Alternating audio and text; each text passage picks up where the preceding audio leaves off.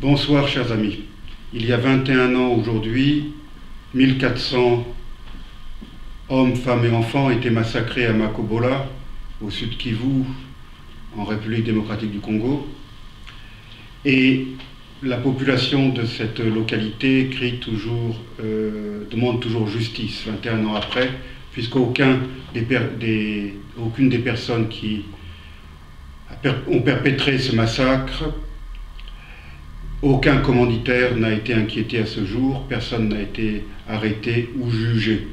Or, tout le monde sait qui a commis ce massacre. Il s'agissait de la milice collaboratrice mise sur pied par l'armée d'occupation.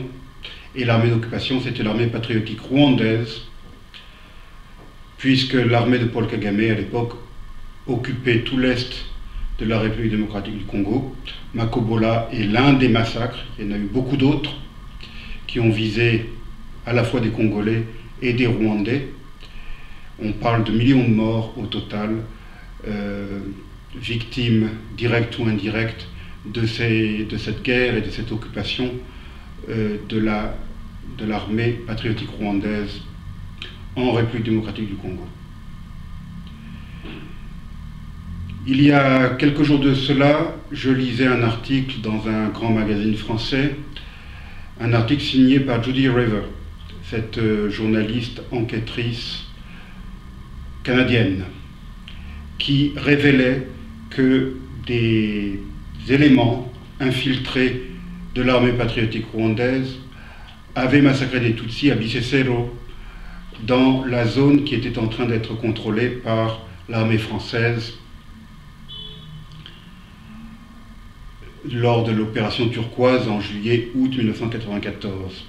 Trop longtemps, cette opération turquoise a été la cible des calomnies orchestrées depuis Kigali pour, d'une part, salir l'armée française, bien sûr, mais aussi et surtout camoufler les massacres bien réels qui, eux, avaient été commis par l'armée patriotique rwandaise.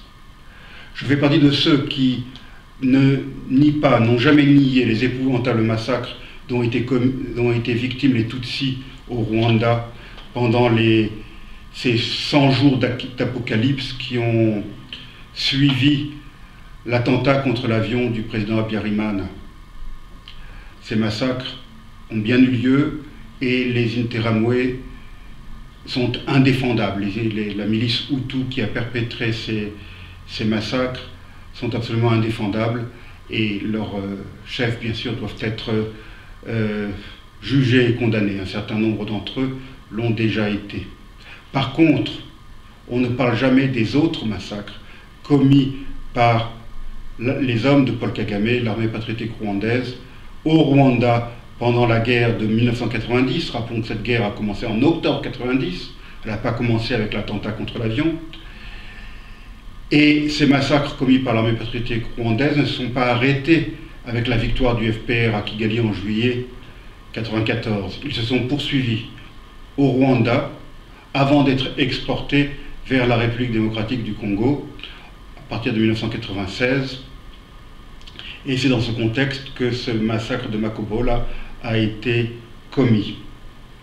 Je parlais de Judy River il y a un instant. Je rappelle qu'elle est l'auteur de ce livre formidable, In Praise of Blood, The Crimes of the Rwandan Patriotic Front, livre qui malheureusement n'est toujours pas disponible en français, puisque la grande maison d'édition parisienne avec laquelle Judy River avait signé un contrat s'est désistée au dernier moment sous la pression des lobbies pro-Kagame en France. Il y a quelques semaines, peut-être 2 mois, Charles Onana, le journaliste enquêteur franco-camerounais, a sorti un nouveau livre, Rwanda, la vérité sur l'opération turquoise. Je tiens à saluer Charles Onana pour la qualité du travail qu'il a fait, travail de recherche. Il a fait parler les archives, pas seulement les archives françaises d'ailleurs, pas seulement les archives des autorités françaises de l'époque, du gouvernement, présidence de la République, armée française, mais aussi les archives américaines, les archives britanniques, les archives onusiennes. On en a fait un travail remarquable que tous ceux qui ont été sensibles aux calomnies qui ont couru au sujet de l'opération turquoise devraient lire, car Charles Onana, dans ce livre, rétablit enfin la vérité et rend justice aux soldats français ayant participé à cette opération turquoise. Tout cela me conforte beaucoup, car moi-même j'avais sorti Rwanda, 25 années de mensonges avant que ces deux livres sortent, et dans ce livre, je donnais moi aussi ma part de vérité, je dénonçais tous les mensonges, toutes les calomnies qui ont circulé depuis 25 ans autour de l'épouvantable tragédie rwandaise. Aujourd'hui, si c'était à refaire, je le referais. Je ne retire ni un point ni une virgule de ce que j'ai écrit. Peut-être qu'aujourd'hui, j'en dirais même davantage, car il est certain que je m'étais peut-être un peu auto-censuré à l'époque. Il y a beaucoup d'autres choses que je pourrais dire, peut-être que cela fera l'objet d'un nouveau livre. Ce livre d'ailleurs, Rwanda, 25 années de mensonges, publié chez Vincentello di Istria Bastia, est toujours disponible.